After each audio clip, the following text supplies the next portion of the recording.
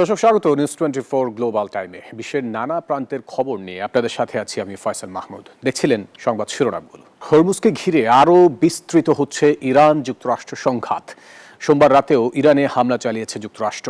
বন্দর আব্বাস ও বুশেহরে শোনা গেছে বিস্ফোরণ। পাল্টা জবাবে সংযুক্ত আরব আমিরাতের দুটি তেল ট্যাঙ্কার এবং জর্ডান ও বাহরাইনে মার্কিন স্থাপনায় হামলার দাবি করেছে আইআরজিসি। একই সঙ্গে ইরানের হরমুজ বন্ধ রাখার হুঁশিয়ারিতে বাড়ছে সর্বাত্মক যুদ্ধ ও বৈশ্বিক জ্বালানি সরবরাহে সংকটের আশঙ্কা। হরমুজের আকাশে ক্ষেপণাস্ত্র, সাগরে আক্রান্ত তেল ট্যাঙ্কার। ইরান যুক্তরাষ্ট্র সংঘাতের আগুন এবার ছড়িয়ে পড়ছে উপসাগরীয় অঞ্চল জুড়ে। হরমুজ প্রণালীতে সংযুক্ত আরব আমিরাতের দুটি তেল ট্যাঙ্কারে হামলার দাবি করেছে ইরানের বিপ্লবী গার্ড আইআরজিসি। এতে নিহত হয়েছেন একজন ভারতীয় নাবিক, আহত হয়েছেন আরও কয়েকজন। ঘটনার পর ইরানের জ্যেষ্ঠ কূটনীতিককে তলব করেছে নয়াদিল্লি। এরই মধ্যে টানা আরেক রাত ইরানে হামলা চালিয়েছে যুক্তরাষ্ট্র।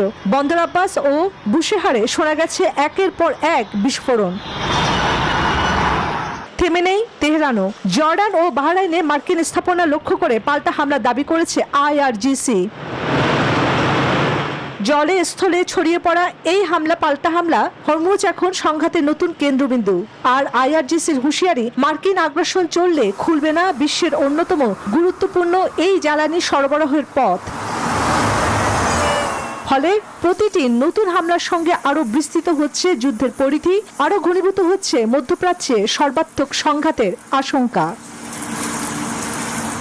চন্দ্রানী চন্দ্রা, নিউজ 24।